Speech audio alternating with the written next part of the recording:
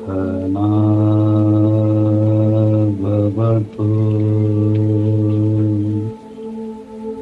सहनौ भुनक्तु सह वीर्यं करवावहै तेजस्विनावधीतमस्तु मा विद्विषावहै। ॐ शान्ति शान्ति शान्तिः। रामकृष्ण हरी।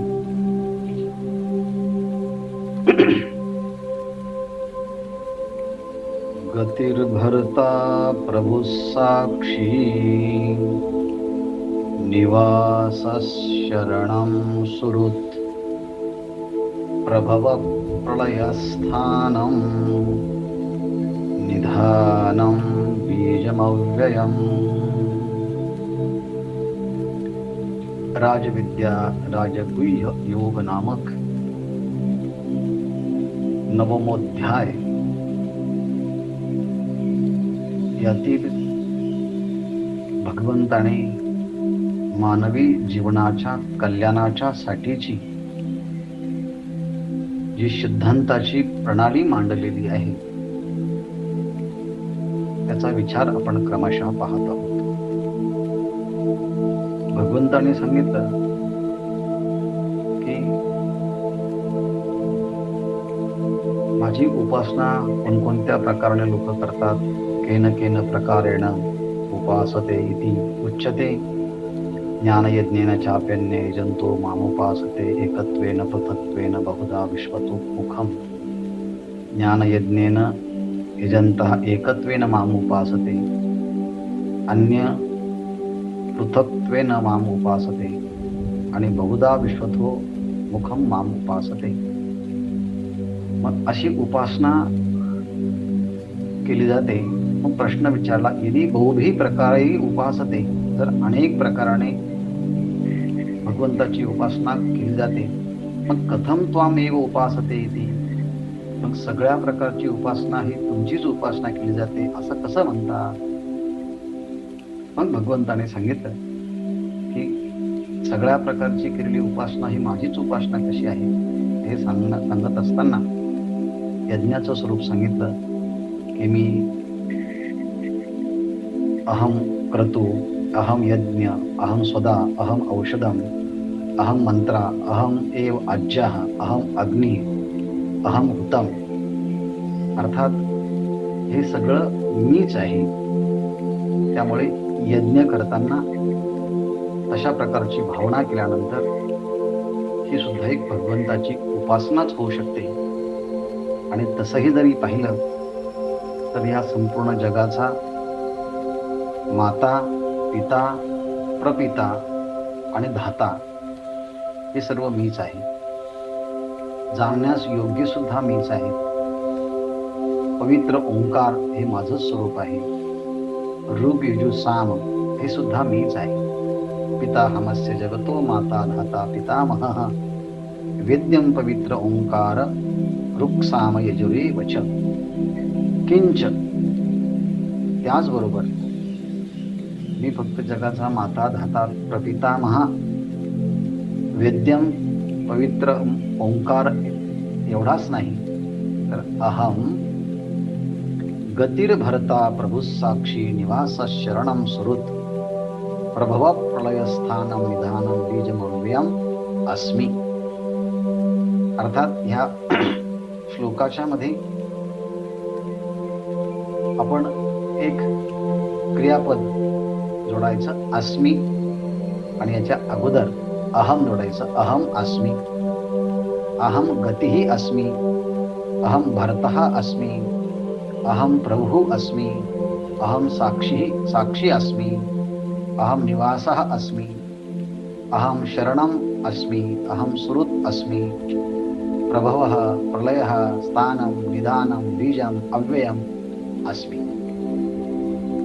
मग आता परमात्मा म्हणतात, मी ह्या सृष्टीची गती आहे, भरता आहे, प्रभू आहे, साक्षी आहे, मी सगळ्या सृष्टीचा निवास आहे, सगळ्या भक्तांना शरण येण्यास योग्य मी, शरण्य मीच आहे, परोपकाराची अपेक्षा न करता उपकार करणारा सुहृद मी आहे, सृष्टीची उत्पत्ती, स्थिती आणि लय हे तर मी आहेतच, पण सृष्टीच्या उत्पत्तीचं अव्यय बीज मीच आहे आणि सृष्टी प्रलयी झाल्यानंतर संस्कार रूपाने जिथे राहतं असा विधानही मी आहे. या श्लोकावरती भाष्य करताना आचार्यांनी असं केलं आहे की अहम गतीही अस्मि, असं जे मूळ पद गीतेतलं आहे, तर मी कर्माचे फल मी आहे. मग आचार्य म्हणतात गती ही कर्मफलम, कारण जे जे कर्म केलं जातं त्या त्या कर्माचं फल उपभोगल्याशिवाय नष्ट होत नाही, आणि नष्ट झालं तर ते केवळ ज्ञानाने होतं. अतिरिक्त कोणत्याही साधनाने कर्म नष्ट होत नाही. पण कर्म स्वतःच एक जड आहे, ते जड कर्म फल देऊ शकत नाही. म्हणून त्या जड कर्माचं फल देणारा कोण? चेतन तत्व असावं लागतो, आणि ते चेतन तत्व मी आहे. या अर्थाने अहम गतीही म्हणजे कर्मफलम, मी ह्या सगळ्या जीवांच्या कर्माचं फल देणारा मी आहे. मी देणारा म्हणजे त्यांनीच केलेल्या कर्माचं फल, मी फक्त त्याची योजना करतो.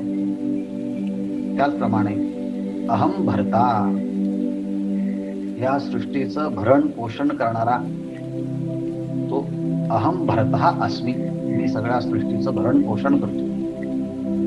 म्हणजे ज्या ठिकाणी अगदी निर्जल स्थितीमध्ये सुद्धा काही प्राण्यांच्या पाण्याची व्यवस्था करतो, जिथे खाण्यापिण्याची व्यवस्था नाही तिथे सुद्धा मी त्यांना काही ना काही निमित्तानं त्या प्राणीमात्रांना त्यांच्या उदरनिर्वाहाची व्यवस्था मी करतो. अर्थात सृष्टीचाच मी माता पिता असल्यामुळे ह्या अर्थानं सगळ्या सृष्टीचं भरण पोषण करणं हे माझं कर्तव्य आहे. म्हणून परमात्मा म्हणतात अहम भरता पोष्टा. त्याचप्रमाणे अहम प्रभु अस्मि, स्वामी, मी या सगळ्या सृष्टीचा प्रभू म्हणजे स्वामी, म्हणजे मालक, म्हणजे समर्थ मी आहे. त्याला कर्तुम अकर्तुम अन्यथा कर्तुम शक्ती संपन्न म्हणतात, तो मी आहे. अहम साक्षी अस्मि, साक्षी प्राणिनाम कृताकृतस्य, जीवांनी जे जे कर्म केलं आहे किंवा जे कर्म केलं नाही अशा कर्म आणि अकर्म, क्रिया किंवा अक्रिया अशा दोन्ही प्रकारच्या कर्माचा मी साक्षी आहे. जे प्राण्याने जे काही पुण्यकर्म पापपुण्यात्मक केलं असेल ते पाहणाराही मी आहे, नाही केलं असेल तेही मी पाहणार आहे. अर्थात प्राणिनाम कृताकृतस्य. नंतर अहम निवासः अस्मि, निवास म्हणजे राहण्याची ठिकाण. याप्रमाणे यस्मिन् प्राणिनः निवसन्ति, यस्मिन् प्राणिनः निवसन्ति, सगळे प्राणी मात्र ज्याच्यामध्ये राहतात असा निवासस्थान मी आहे. जसं की सगळ्या पाण्यावरचे तरंग, बुडबुडे, लाट, फेस हे पाण्यामध्ये राहतात, त्याप्रमाणे सर्व सृष्टीतले प्राणी मात्र हे माझ्यामध्ये राहतात. कारण मी पंचमहाभूतांच्याही पेक्षा व्यापक असल्यामुळे सर्व प्राणिनः निवसन्ति, सर्व प्राणी माझ्यामध्येच राहतात. शरणम, अहम शरणम अस्मि. शरणम म्हणजे काय? आर्तानाम प्रपन्नानाम अर्तिहरः. जे काही अर्थ जिज्ञासु अर्थार्थी ज्ञानीचे भरतर्षभ, भक्तांचे 4 प्रकार आहेत. त्यापैकी आर्त म्हणजे ज्यांना अनेक प्रकारचे दुःख, संकट, अडचणी आहेत, आणि अशा आर्तानाम प्रपन्नानाम असे आर्त पीडित जे आहेत, जे भगवंताची प्रार्थना करतात, त्यांचं आरतीहरः, त्यांचं दुःख, त्यांची पीडा निवारण करणारा, दूर करणारा मी आहे. म्हणून अहम शरणम. म्हणून अडचण समस्या असेल तर देवालाच सांगा, कारण तो सगळ्या जगाचाच मालक, पिता, धाता आहे. तो मिळेल सगळ्या समस्यांचं निराकरण तो करू शकतो, कारण तो प्रभू आहे, तो भर्ता आहे, तो साक्षी आहे. त्याप्रमाणे तो सुहृद, अहम सुहृद अस्मी. मी सुहृद, म्हणजे मित्र आणि सुहृद असे दोन प्रकार आपल्याला माहिती आहे. मी जर काही उपकार केला तर तो माझ्यावरती उपकार करतो, त्याला मित्र म्हणतात. अर्थात मित्र जेव्हा असतो तेव्हा एकमेकाच्या उपकाराची अपेक्षा त्यांना एकमेकाच्या मध्ये असते. दुदाती प्रतिगृह्णाती गुह्यमाख्याती पुच्छती भुंक्ते भोजयते चैव षड्विधम मित्र लक्षणम. तो देतोही, तो घेतोही. दुदाती प्रतिगृह्णाती, तो आपली गुह्य गोष्ट सांगतोही, गुह्य गोष्ट विचारतोही. गुह्यमाख्याती गुह्यम पृच्छती. भुंक्ते भोजयते चैव, तो जेवही घालतो आणि कधी आपल्याकडे जेवायलाही बोलावतो. ही मित्रत्वाची 6 लक्षण आहे. पण हे इफ अँड देन, जर आणि तर, अशा याच्यावरती अवलंबून असतात, उपकारा परोपकारावरती. पण सुहृद जो आहे तो प्रत्युकार निरपेक्ष सन उपकारी. तो परोपकाराची, प्रत्युपकाराची अपेक्षा न करता केवळ उपकार करतो, त्याला सुहृद असं म्हणतात. आणि म्हणून परमात्मा हा जीवाच्याकडनं कोणत्याही प्रत्युपकाराची अपेक्षा न करता सुद्धा त्याला प्रकाश देतोय, हवा देतोय, राहण्याकरता या सृष्टीत जागा देतोय, श्वासोच्छ्वास चालू आहे. अर्थात हे सगळं परमात्मा आपल्यावरती उपकार करतो याची जाणीव असण्याकरता थोडा सुद्धा वेळ आपण त्याच्याकडे देत नाही. अरे तो किती माझ्यावरती उपकार करतो, कारण तो सुहृद आहे. सुहृद प्रत्युपकार निरपेक्ष सन उपकारी आचार्य असं म्हणतात. त्याप्रमाणे परमात्मा अहम प्रभावः अस्मी. प्रभावः उत्पत्तीः जगतः. मी ह्या जगताची उत्पत्तीला, अर्थात जीवाने केलेले कर्म, त्यांच्या कर्माप्रमाणे प्रकृतीला अधिष्ठान होऊन ही प्रकृती ह्या चराचर सृष्टीला निर्माण करते, पण माझ्या आधाराने निर्माण करत असल्यामुळे उत्पत्तीही सुद्धा माझ्यापासूनच आहे. प्रलयः जगतः प्रलयः प्रलीयन्ते यस्मिन् इति, ज्याच्यामध्ये लीन होतात त्याला प्रलय असं म्हणतात. संपूर्ण समष्टी प्राण्यांचे कर्म जेव्हा समाप्त होतात आणि सगळी सृष्टी ज्याच्यामध्ये लीन होते, आता असा परमात्मा तो प्रलय देखील मीच आहे. यावरती ज्ञानेश्वर महाराजांच्या ओव्या चिंतनीय आहेत, ते आपण पाहणारच आहोत. तथा स्थानम तिष्ठती अस्मिन् इति. अस्मिन् तिष्ठती इति, ज्याच्यामध्ये आपण सगळे आहोत, आपण सर्व परमात्म्यामध्ये आहोत. पाही पा बुडबुडा जीवता जाये ते होते, जळतया एक आहे. मग विरे राही अथवा, मग विरे अथवा राही जळाची माझी. आपणच मागे हा ओढी पाहिली किंवा पवन येतोय उचलले, ते पृथ्वीपासून वेगळ्याने नाही केले. आणि मागोते जरी पडले तरी पृथ्वीची वरते. आणि म्हणून भलतेथ भल तेव्हा, भलतेही होवावे अथवा नोहावे, अशा अर्थाची ती उभी आहे. याप्रमाणे हे सगळे आपण या परमात्म्याच्या सृष्टीमध्येच आहोत, परमात्म्याच्या मध्ये आहोत. यस्मिन् तिष्ठति स स्थानम, तो परमात्मा ही स्थान आहे. निधानम विक्षयः कालांतरोपभोग्यम प्राणिनाम. अर्थात ही सगळी सृष्टी सूक्ष्म रूपाने, कालांतराने, संस्कार रूपाने जिथे राहते, असा निधी परमात्मा आहे. बीजम प्रोहो कारणम प्रभो धर्मिणाम. अर्थात सगळ्या जीवांच्या ठिकाणी असणारा जो वृद्धी आहे, ती वृद्धी होण्याचं कारण सगळ्या बीजांच्या मध्ये मी असल्यामुळे ह्या बीजांची वृद्धी होते. म्हणून प्ररोह कारणम, त्यांच्या वृद्धीचं कारण, प्रोह धर्मिणाम, त्यांच्या ठिकाणी असणारं जे बीजाच्या ठिकाणी अंकुरित होण्याचं सामर्थ्य जे आहे ना, ते अंकुरित होण्याचं सामर्थ्य ईश्वराने त्यांना प्रदत्त केलेलं आहे. आणि परमात्मा हा अव्ययम, अव्यय म्हणजे यावत संसार भावित्वात अव्ययम. परमात्मा जोवर हा संसार आहे तोवर तो परमात्मा अव्यय स्वरूपाचा आहे. कारण बीजा वाचून जसं काही उगवत नाही तसा हा परमात्मा सगळ्यांना आधार आहे. म्हणून नित्य नवीन प्रहो अंकुर दिसत असल्यामुळे त्या बीजाची परंपरा कधी क्षीण होत नाही असं अनुमानाने जसं आपल्याला समजतं, त्याप्रमाणे परमात्मा हा सगळ्यांच्या पाठीमागे आहे. ह्याप्रमाणे परमात्म्याने मी कसा कसा आणि कुठे कुठे आहे याची व्यापक भूमिका त्या ठिकाणी सांगितली. त्याचा विचार आपण अनेकदा मागे केला, आता करतो आहे, पुढे करत आहे. पण तशा प्रकारची भावना करून त्या भावनेचं रूपांतर विचारामध्ये आणि विचाराचं रूपांतर नंतर अनुभूतीमध्ये येऊन तशा प्रकारची अनुभव संपन्नता यातून आपल्याला प्राप्त व्हावी, हा त्या पाठीमागचा उद्देश आहे. आणि हा उद्देशच सगळ्याच ग्रंथकर्त्यांचा आहे, सगळ्या दर्शनकारांचा आहे.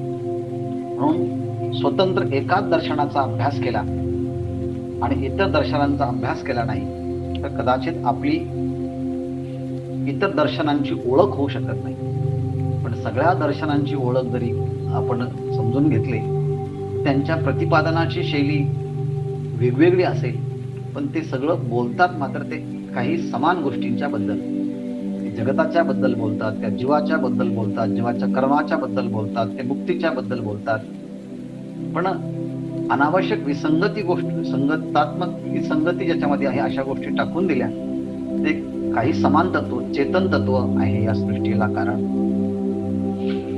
जीवाचे कर्म त्याच्या फलभोगाला कारण आहे असं जेव्हा म्हटलं जातं, तेव्हा जे नाना प्रकारचे दर्शनकारांच्या मत जे आहेत त्या मतांच्या मध्ये एकमेकाचा सामंजस्यपणा हा आपल्या प्रत्येला येतो. जेत नाना मता बुजावणी आणि एकमेक शास्त्रांची अनोळख भेटली, सुकली ज्ञाने जेथ मिळो आली असे पवित्र म्हणे जे.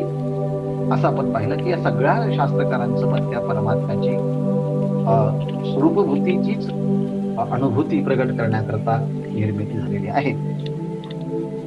आता ज्ञानेश्वर महाराजांनी गती या शब्दावरती ओवीच्या रूपाने भाष्य केलेलं आहे. शंकराचार्यांनी गती शब्दाचा अर्थ कर्मफलम एवढाच केला आहे. तर ज्ञानेश्वर महाराज गती शब्दाचा अर्थ कसं करतात ते पहा. हे चराचर अगवे जे प्रकृती आत साठवे, ती शिणली ते शिणली जेथ विसवे, ते परमगती मी. त्या गती शब्दाच्या अर्थाला अनेक अंगाने विकसित ज्ञानेश्वर महाराजांनी या ओवीच्या माध्यमातून केलेलं आपल्याला दिसतंय. हे चराचर अगवे, हे म्हणजे प्रत्यक्ष दृग्गोचर होणारही सृष्टी जी आहे, हे जग जे आहे ते कसं आहे, काही मुएबल चर आहेत तर काही इनमुएबल अचर आहेत, म्हणजे स्थावर आणि जंगम आहे, म्हणजे सजीव आणि निर्जीव आहे किंवा स्थूल आणि सूक्ष्म आहे. पण ही सगळी सृष्टीतले पदार्थ हे त्यांच्या त्यांच्या कर्माप्रमाणे ह्या जगतामध्ये अस्तित्वात आलेले आहेत. काही काळ राहतात, काही काळ पुन्हा आपल्या मूळ कारणात विलीन होतात. अशी परंपरा सारखी या भूतकार्यांची चालू असते. पण असा एक काळ येतो की त्या काळामध्ये सगळ्याच प्राणी मात्रांचे समष्टी कर्म हे काही कालापुरते थांबतात आणि मग सृष्टीचा प्रलय होतो. मग सृष्टीचा प्रलय जरी झाला तरी सगळे जीव सूक्ष्म रूपानं त्यांच्या कर्माचा बरोबर घेऊन कुठे राहतात. तर ही सृष्टीचा प्रलय जरी झाला तर भगवंताची जी शक्ती प्रकृती, जे प्रकृती आत साठवे, सूक्ष्म रूपानं बीज रूपानं हे सगळे प्राणी मात्र त्या प्रकृतीच्या आतमध्ये सूक्ष्म रूपाने राहतात. मग म्हटले आता हे चराचर संपूर्ण सृष्टी प्रलयकालाच्या वेळेस सगळे जीव नष्ट होतात पंचमहाभूतांसहित, आणि सगळे जीव आपापल्या कर्माप्रमाणे सूक्ष्म रूपाने बीज रूपानं त्या प्रकृतीच्या आतमध्ये साठवले जातात. पण सगळ्या जीवांना ही प्रकृती आपल्या पोटामध्ये घेऊन तिला देखील एक प्रकारचा क्षीण येतो, ती देखील थकते, तिला देखील कंटाळा येतो. मग त्या प्रकृतीलाही विश्रांती घेण्यासाठी एका नवीन ठिकाणी जाऊन तिला स्थिर व्हावं असं वाटतं. म्हणून माऊली म्हणतात ते शिणली, ती प्रकृती शिणली, थकली, आणि तिलाही असं वाटलं की आपल्याला विसावा घ्यायला पाहिजे. जेथ विसवे, ती प्रकृती जेथ विसवे, ती प्रकृती ज्या ठिकाणी विश्रांतीला प्राप्त होते, ती विश्रांतीला प्राप्त होण्याचं ठिकाण भगवंत म्हणतात ती गती मी आहे, ते परमगती मी. अर्थात जीवांची परमगती शेवटी कोण आहे? परमात्माच आहे. हे डायरेक्ट सांगितले, प्रत्यक्ष सांगितलं. पण क्रमाक्रमाने सगळे जीव या सृष्टीवरती आहे. सृष्टीतले समष्टी प्रारब्ध संपल्यानंतर सगळे जीव त्या प्रकृतीच्या मध्ये सूक्ष्म रूपाने लीन होतात. सगळ्या जीवांना पोटामध्ये घेऊन ही प्रकृती जेव्हा थकते, शिंते, भागते, तेव्हा त्या प्रकृतीलाही विश्रांती घेण्यासाठी जिथे जावं लागतं ते परमविश्रांतीचं स्थान, ती परमगती भगवंत म्हणतात मी आहे. आता भरता जयाचेनी प्रकृती जिये, जेने अधिष्ठिली विश्व विये, जो एवोनी प्रकृती ते इये, गुणाते भोगी. जयाचेनी प्रकृती विये, जिये, जयाचेनी प्रकृती जिये. प्रकृतीला अस्तित्व हे ज्याच्यामुळे आहे. म्हणजे सौभाग्यवती असणारी स्त्री ती जरी आपल्या दिसत असली, पण तिचं सौभाग्यत्व हे पुरुषाच्या अस्तित्वावरती अवलंबून आहे. म्हणून तिला सौभाग्यवती हे जे तिचं आसन आहे, जगणं आहे, ते त्या पतीच्या नवऱ्याच्यामुळे आहे. तसं जयाचीनी प्रकृती जी ज्याच्यामुळे म्हणजे ज्या परमात्म्याच्यामुळे ही प्रकृती जगते. प्रकृती ही जड आहे, पण त्या जड असणाऱ्या प्रकृतीच्या ठिकाणी क्रिया करण्याचं सामर्थ्य त्या चेतन तत्वामुळे येतं. आणि मग ती सगळी सृष्टी प्रसव धर्माप्रमाणे ती कार्य करते.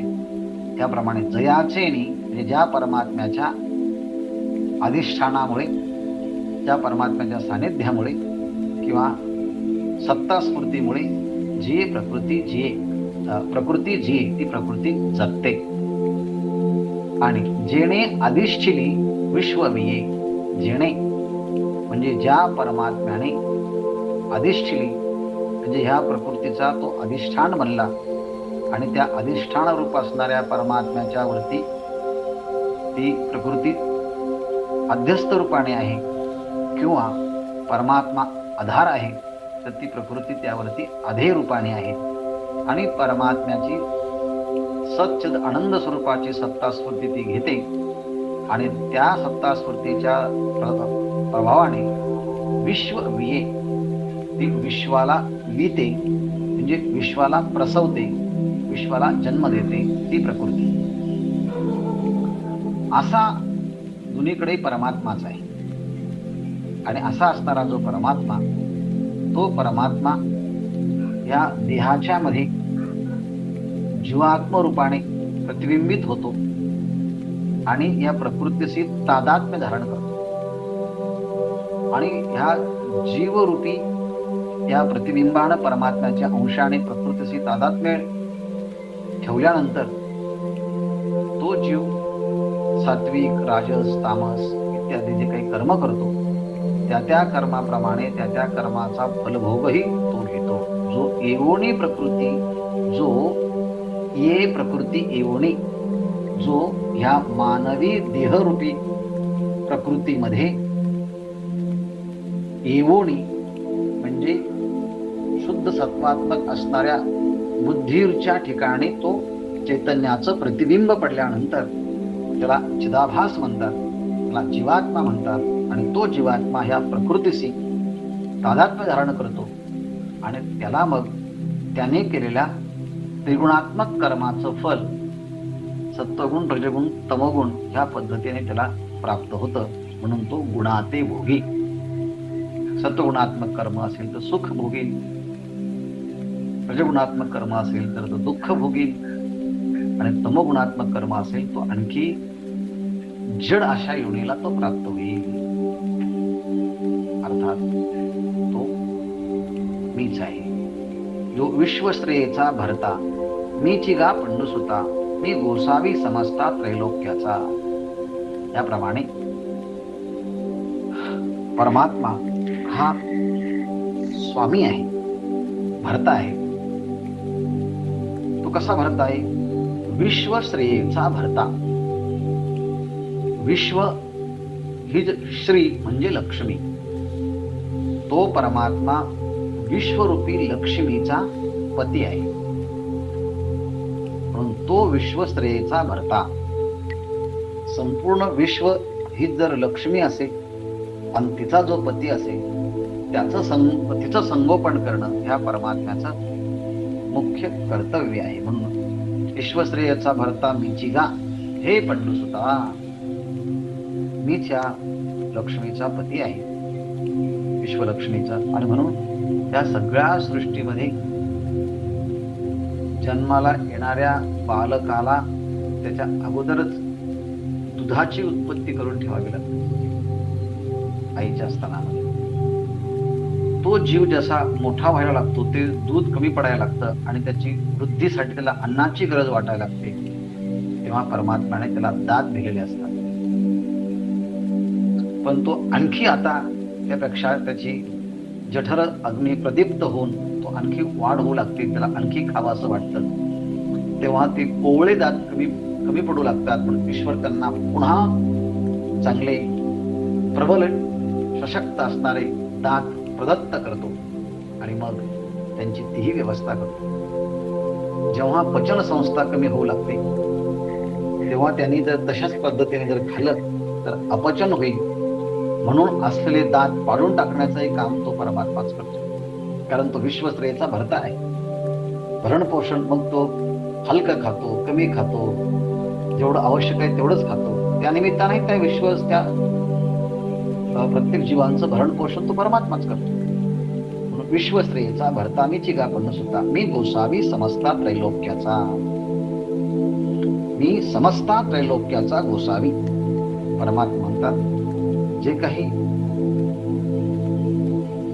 स्वर्ग, पृथ्वी, पाताळ हे त्रैलोक्य आहे, हे संपूर्ण त्रैलोक्याचा मी स्वामी आहे, मी मालक आहे. I am the master of 3 world. मी या तिन्ही जगाचा मालक आहे, स्वामी आहे.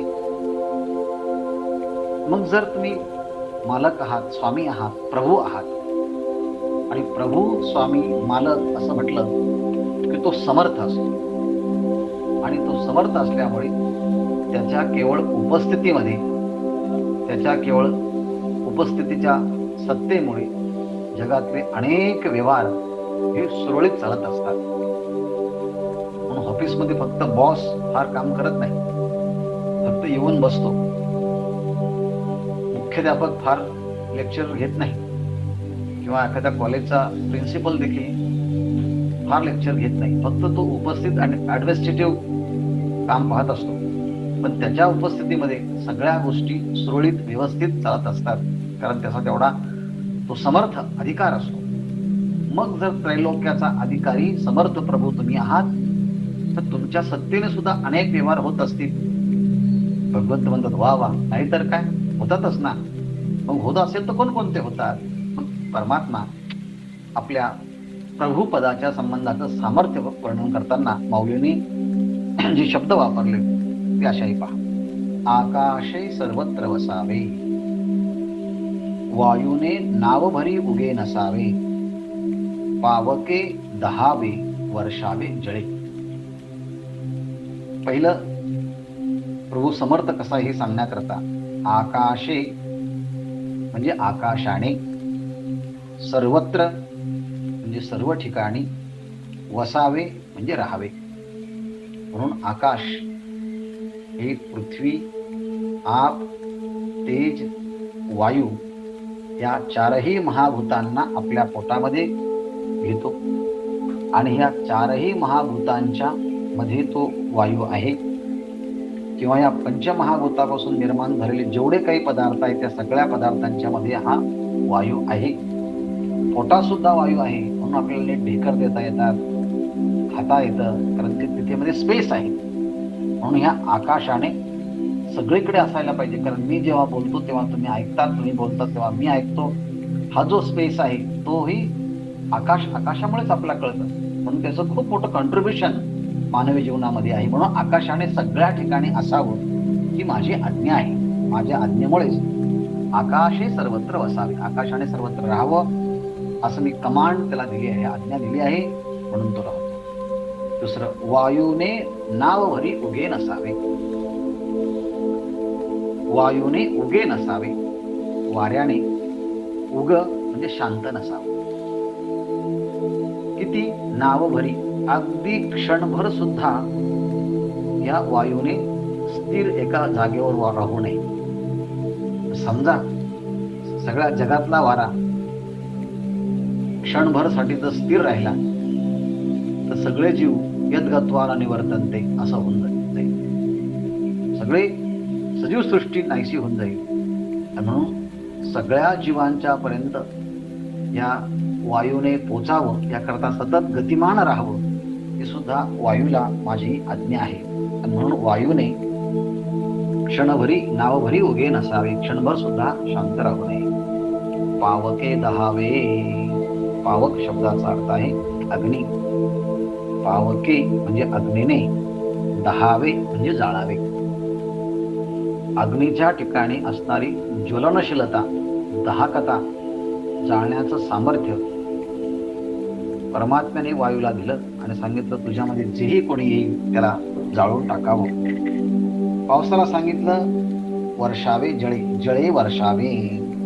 जळे वर्षावे म्हणजे पावसाने वेळेवरती वर्षाव करावा. म्हणजे मेघांना सुद्धा पाऊस पाडण्यासाठीची जी ताकीद, हुकूम, एक आदेश तो त्या परमात्म्याचाच आहे. याप्रमाणे जळे वर्षावे, पावके दहावे, आकाशे सर्वत्र वसावे, वायूने नाव भरी उगे नसावे.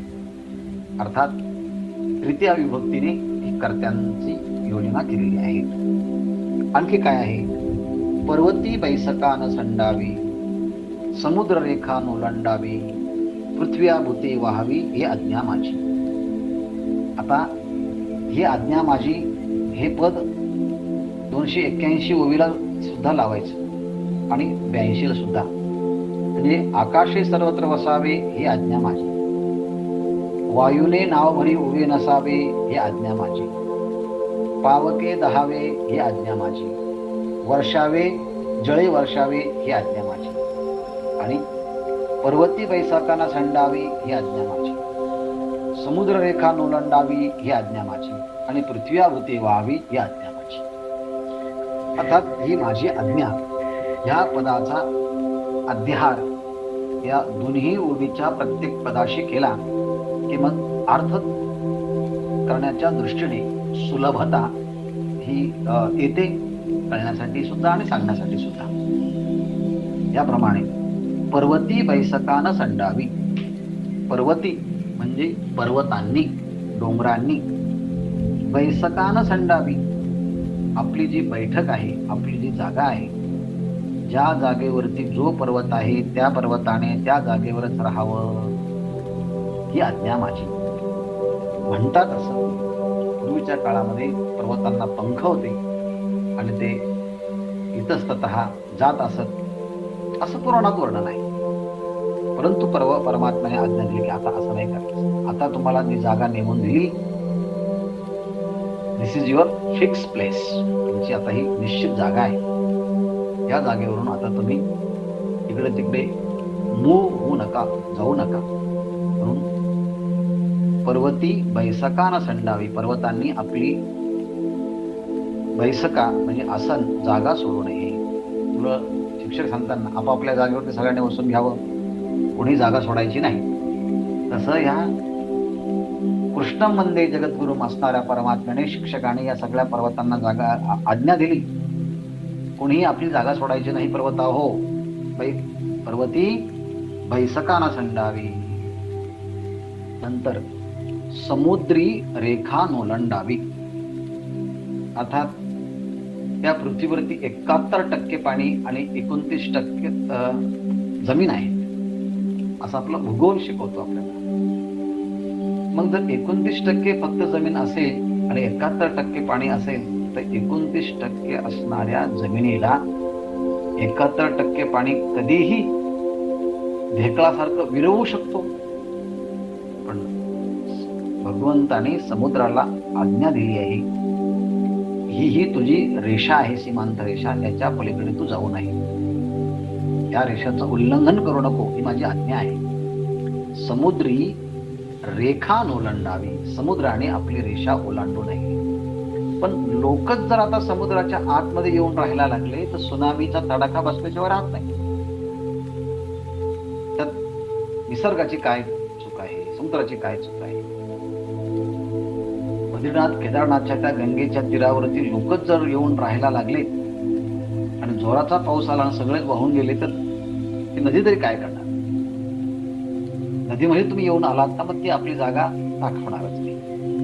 पृथ्वीया भूते व्हावी, पृथ्वीने या सगळ्या भूतांचं वहन करावं, यांचं ओझं सांभाळावं. म्हणून आपण जन्मल्यापासून आयुष्याच्या शेवटच्या क्षणापर्यंत या पृथ्वीवर पायांनी चालत असतो, पायांनी तुडवत असतो, लाथा मारत असतो. आता तोच पर्यायाने घेतला, लाथने चालत असतो म्हणजे काय? आपल्या पदचिन्हाचा भार त्या पृथ्वीवरती होत असतो. म्हणून आपण एखाद्याला पाय लागलं की दर्शन घेतो. या पृथ्वीवरती आपण आयुष्यभर चालत असतो. म्हणून सकाळी उठल्या उठल्या कराग्रे वसते लक्ष्मी, करमूले सरस्वती, करमध्ये तु गोविंद, प्रभाते करदर्शनम, समुद्र वसने देवी पर्वतस्तन्न मंडले, विष्णुपत्नी नमस्तुभ्यं पादस्पर्शम क्षमस्व मे. असं आपल्याकडे संस्काराच्या रूपानं लहानपणामध्ये आपल्याला ही गोष्ट शिकवलेली आहे, त्या पृथ्वीला वंदन करण्याची. याप्रमाणे पर्वती वैसकानं संडावी ही आज्ञा माझी, समुद्ररेखा ओलांडावी ही आज्ञा माझी, पृथ्वी आभूते व्हावी ही आज्ञा माझी. एक वर्णन चाललं आहे प्रभू पदावरती. आणखी काय काय सामर्थ्य आहे प्रभू सामर्थ्य तुमचं? म्या बोलविल्या वेद बोले, म्या चालविल्या सूर्य चाले, म्या हलविल्या प्राण हले, जो जगाते चालिता. पहिलं वाक्य आहे म्या बोलविल्या वेद बोले. वेद काय काय न बोले, वेद अनंत बोलिला. वेद कर्माच्या बद्दल बोलतो, उपासनेच्या बद्दल बोलतो, ज्ञानाच्या बद्दल बोलतो आहे, दानाच्या बद्दल बोलत आहे, त्याला अभिचार कर्माच्या बद्दल बोलत आहे. वेदाने काय काय नाही सांगितलं. एवढा जो वेद बोलतो आहे, त्या वेदाला बोलकं कोणी केलं असेल, येण्याची पडहुनी वेद केला शहाणावो, असं गवळणीमध्ये एक पद आलेलं आहे. या परमात्म्याच्याच कडनं हा वेद शहाणा होऊन बोलायला लागलेला आहे. म्या बोलविल्या, मी ह्या वेदाला बोलावायला लागल्यामुळे तो वेद बोलतोय, म्हणजे उपदेश करतोय, ज्ञान सांगतोय. म्या चालविल्या सूर्य चाले, मी ह्या जगाला, या सूर्याला आज्ञा केल्यामुळे रोज आपल्याला जो सूर्योदय आणि सूर्यास्त दिसतो, हे आपल्या अनुभूतीचा अनुवाद केलेला आहे. कोणी असं म्हणेल सूर्य तर चालत नाही, तो एका जागेवर स्थिर आहे आणि पृथ्वी त्याच्यावरती फिरते. ज्ञानेश्वर महाराजांनी हे देखील सांगितले, न चालता सूर्याचे चालणे. सूर्य चालत नाही, पण तरी देखील पृथ्वीच्या परिभ्रमणामुळे त्याच्या ठिकाणी चालण्याचा आरोप केला जातो.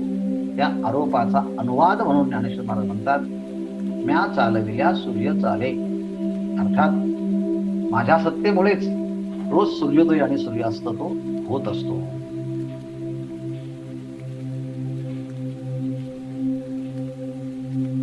जो प्राण जगाते चालिता,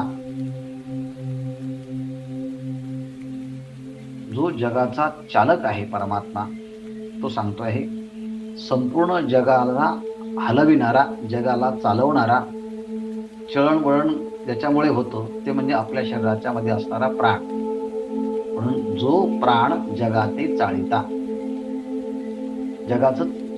जगाला चालवतो, जगाला हलवतो. म्हणून आपण एखाद्या झोपेतून उठवलं, तो जर हलला तर म्हणतो हा आता उठला. पण झोपेत हलवून उठवणाऱ्या माणसाला तो जर त्याने डोळे उघडलेच नाही, त्याने हालचालच केली नाही, तर समजायचं आता त्याचं हालचाल संपली. कारण का? श्वास दिसत नाही, नाडीचे ठोके लागत नाही. पण जर प्राण चालू असेल तर सगळ्या जगाची हालचाल त्या प्राणामुळे होते. त्या प्राणालाही हलविणारा, त्या प्राणालाही चालना देणारा मी आहे. म्या हलविल्या. खरं म्हणजे ह्या ओवीच्या मध्ये एक भाषाशास्त्राच्या दृष्टीने जर पाहिलं तर मागे एक ओवी गेली की ही आज्ञा माझी, ही माझी आज्ञा आहे. पण इथे शब्दाचा प्रयोग केला, म्या बोलविल्या, म्या चालविल्या, म्या हलविल्या. म्या शब्दाचा प्रयोग केला. कोणी जर पुण्यासारख्या शहरामध्ये जाऊन म्हटला म्या केलं असं कोणी म्हटल्याबरोबर तो जर सदाशिव पेठेतला असेल तर म्हणेल काय गावंढळ आहे, याला बोलता येत नाही. पण जसं मी शब्दाचा प्रयोग केला जातो तसा मीच्या जागेवरती लोकभाषेमध्ये म्या केलं असं सुद्धा म्हटलं जातं. म्हणून म्या बोलविल्या वेद बोली, म्हणजे सगळ्या लोकबोलींची एकत्रीकरणाची भाषा आपल्याला ज्ञानेश्वरीमध्ये पाहायला. म्या बोलविल्या वेद बोले, म्या चालविल्या सूर्य चाले, म्या हलविल्या प्राण हले जगाते चालिता. जो प्राण जगाते चालिता, जो प्राण सगळ्या जगाला चालवतो, त्या प्राणाला मी हलविल्या प्राण हले. मी त्याला चावी दिली तरच तो चालतो. त्या प्राणाचाही प्राण मी आहे, माझ्यामुळे तो प्राण सगळं कार्यरत करतो. आणखी काय काय आज्ञा केलेली आहे? म्या नेमिला साता, काळ ग्रासित असे भूता, ये म्हणियागते पंडुसुता सकळे जयांची. बघा, हे पंडुसुता म्हणजे अर्जुना, म्या साता नियमिला, मी ह्या मृत्यूला नियमिला, त्याला काम सोपवून दिलं आहे. मी स्वतःच नियमिला याची नियुक्ती केलेली आहे. कुणाची? ह्या काळाची. आणि त्या काळाला मी आज्ञा दिली आहे. नेहमीला साता आज्ञा दिली आहे. मग तो काय करतो आज्ञाच्या द्वारे? भूता काळ ग्रासित असे, त्या सगळ्या प्राणी मात्रांचं त्या देहाचं प्रारब्ध समाप्त झाल्यानंतर जणू काही तो काळ या सगळ्या प्राणी मात्रांचं ग्रास करतो, त्यांना खाऊन टाकतो, संपून टाकतो मृत्यूच्या रूपाने. एवढंच नाही तर या सगळ्या सृष्टीच्या देवदेवता, पंचमहाभूत हे सुद्धा ज्याची आज्ञा पाळणारे आहेत.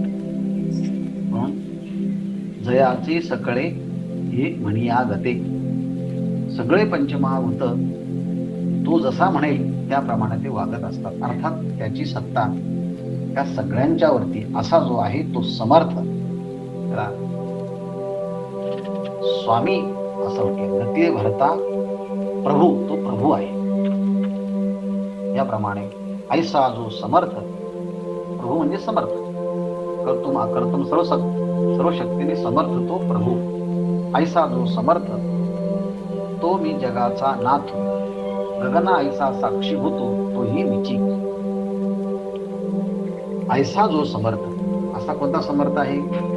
ऐसा समर्थ ह्या ऐसा पदाचा उल्लेख मागे 84, 83, 82 आणि 81, 82, 83, 84 हे जे प्रभूचं सामर्थ्य सांगितलं आहे, ऐसा जो समर्थ, असा वेदाला बोलायला लावणारा, सूर्याला चालायला लावणारा, प्राणाला हलायला लावणारा, सगळ्या प्राज्ञी मात्रांचा ग्रास करणाऱ्या, काळाच्या वरती नियुक्ती करणारा, पर्वतांना आपल्या जागा सोडू नका असा आज्ञा देणारा, समुद्राची रेखा समुद्राने ओलांडू नये, पृथ्वीने भूते व्हावी, आकाशाने सर्वत्र राहावं, वायूने क्षणभर सुद्धा स्थिर नसावं, अग्नीने दहा करावा आणि वर्षावे जळे, मेघाने वर्षाव करावा, ही सगळ्या प्रकारची जो आज्ञा देण्याकरता समर्थ जो कोण आहे तो परमात्मा. ऐसा जो समर्थ,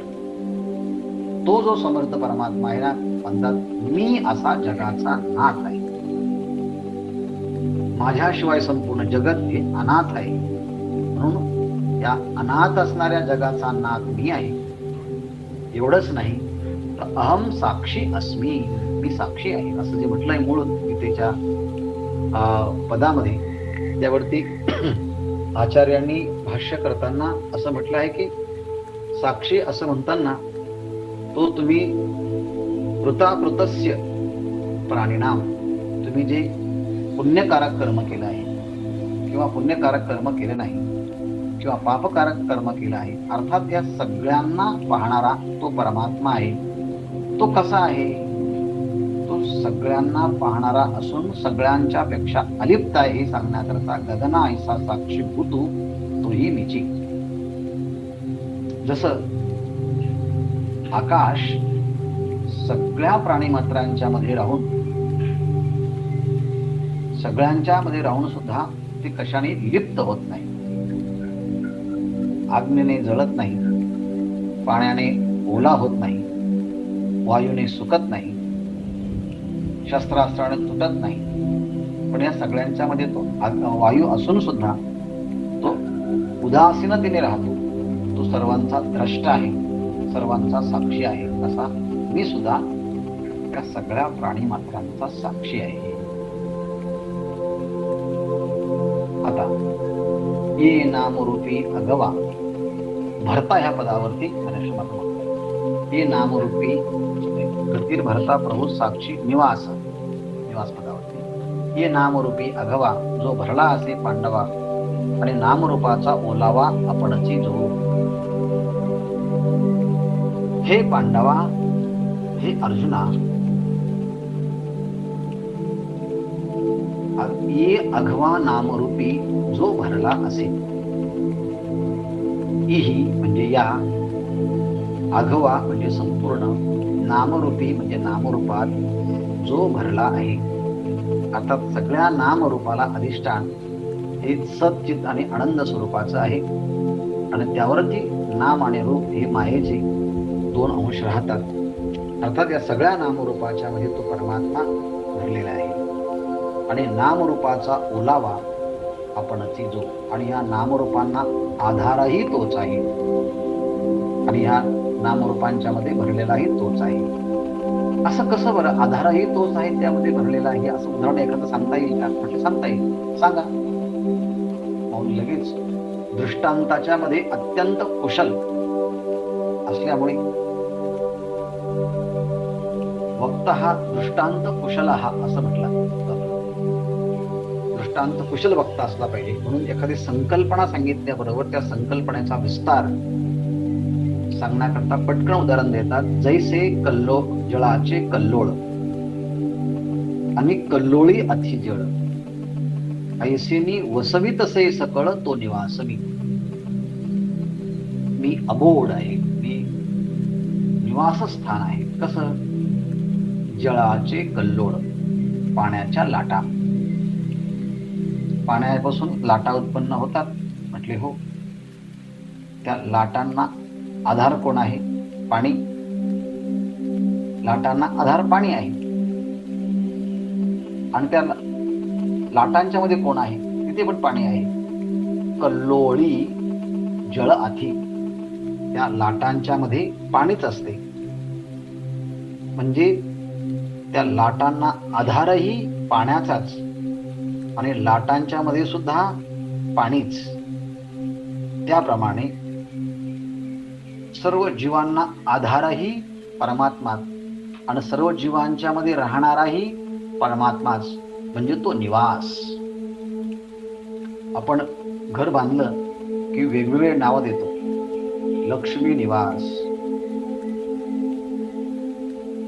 राम निवास, कृष्ण निवास, असे निवासाचे नावं देतो. पण सगळ्या सृष्टीचा निवास कोण, जागा असेल कोण, तर तो परमात्मा आहे. म्हणून ऐसेनी वसवीत असे सकळ, सकळ ऐसेनी वसवीत असे तो निवास मी. सगळ्या प्राणी मात्रांना मी अशी वसवितो, असं त्यांना राहण्याची जागा देतो. कसं? पाण्यापासून कल्लोळ निर्माण व्हावेत आणि पुन्हा त्या कल्लोळांच्या मध्ये पाणी असावं, तसं सगळ्या सृष्टीला आधारही मी आणि सगळ्या सृष्टीतही मी. याप्रमाणे शरणम असं एक पद मूळ श्लोकाच्या मध्ये आलेलं होतं आणि त्याची व्याख्या करताना आचार्यांनी असं म्हटलं होतं, शरणम आर्तानाम प्रपन्नानाम आर्तिहरः. अर्थात दुःखाने दुःखित झालेले जे जीव आहेत, जेव्हा माझी प्रार्थना करतात तेव्हा त्यांचं दुःख निवारण मी करतो. यावरती ज्ञानेश्वर महाराज भाष्य करताना असं म्हणतात, जो मज होय अनन्य शरण, त्याची निवारी मी जन्म मरण, ह्या लागी शरणागत शरण्य मीची एकू. भक्तांनी आपल्या अंतःकरणावरती कोरून कायम लक्षात ठेवण्यासाठी आणि कधीही न विसरण्यासाठी ही ओवी लक्षात ठेवा. काय आहे? भगवंत म्हणतात माऊलीच्या शब्दातून, जो, जो म्हणजे जो पुरुष, जो स्त्री, जो लहान, जो मोठा, जो देशी, जो विदेशी, जो कोणी असेल तो, ही हु सो, असं कोणी का असेना, जो मज म्हणजे मी, जो गतीर भरता प्रभू साक्ष असणारा परमात्मा, त्या परमात्म्याला अनन्य शरण होय, जो कायेने, वाचेने, मनाने पूर्णपणे त्या परमात्म्याला शरण येतो.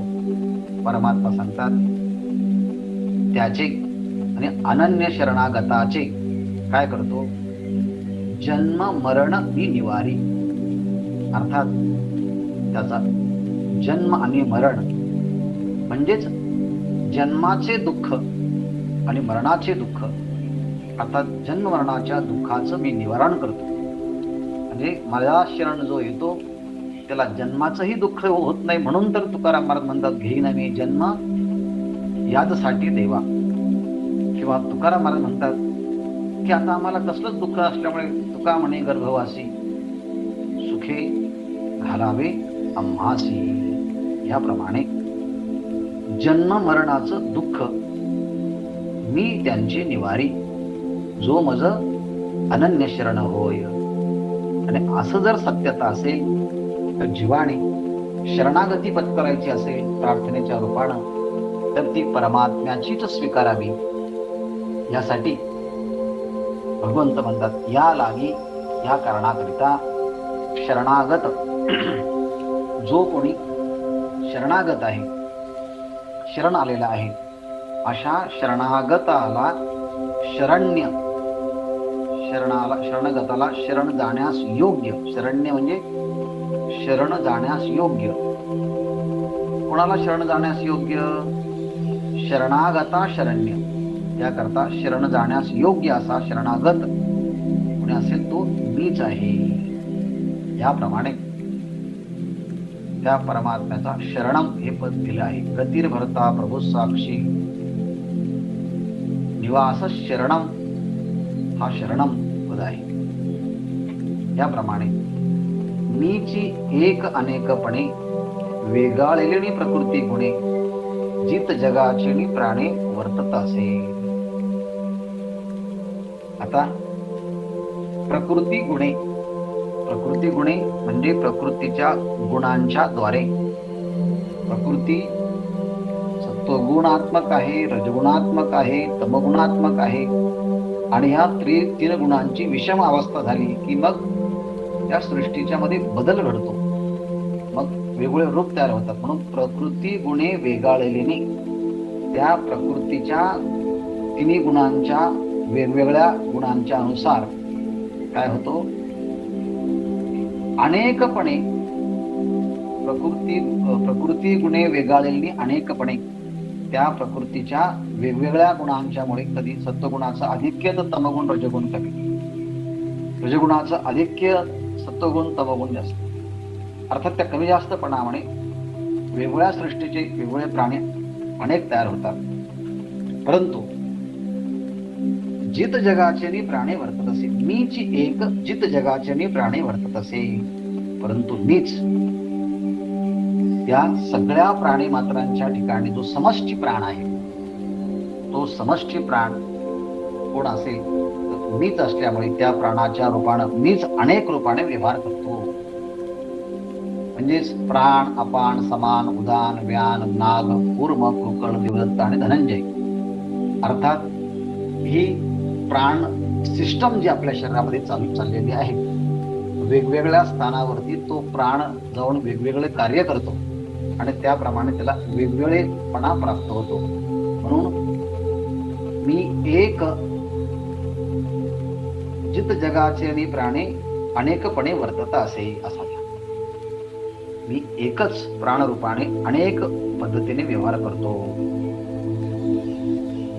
आता सुरुत या पदावरती आपण बोलत आहोत. सुरुत शब्दाची व्याख्या करताना आचार्यांनी केली आहे, सुरुत म्हणजे प्रत्युपकार निरपेक्ष सन उपकारी, अर्थात प्रत्युपकाराची अपेक्षा न ठेवता परोपकार करणारा.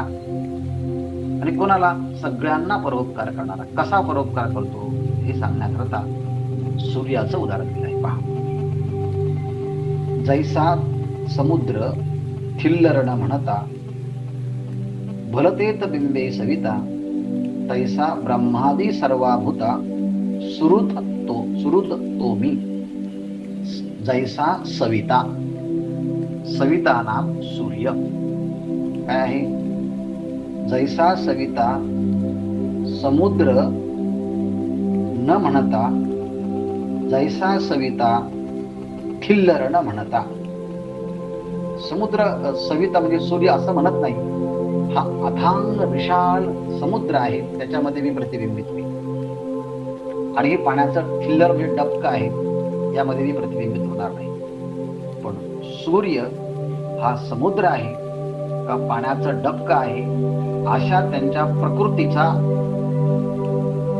परिच्छिन्नतेचा आणि व्यापकतेचा कोणताही विचार न करता ते जल समुद्रातलं असो किंवा डबक्यातला असो, तो सूर्य त्या त्या पाण्याच्या मध्ये बिंबे भलत येथे, म्हणजे कुठे सुद्धा सविता भलत येथे बिंबे, भलत येथे सूर्य कोणत्याही ठिकाणी, कोणत्या ठिकाणी म्हणजे कोणत्याही जलाच्या ठिकाणी प्रतिबिंबित होतो. मग तो सूर्य प्रतिबिंबित होताना हे पाणी समुद्राचं आहे, तर हे पाणी थिल्लर म्हणजे डबक्याचं आहे असं न म्हणता, तेथ बिंबे, त्या ठिकाणी तो प्रतिबिंबित होतो. तसा भगवंत म्हणतात, मी सुरुत आहे, मी परोपकाराची अपेक्षा न ठेवता आत्मरूपानं सगळ्यांच्या मध्ये समान आहे. कुठून सुरुवात केली?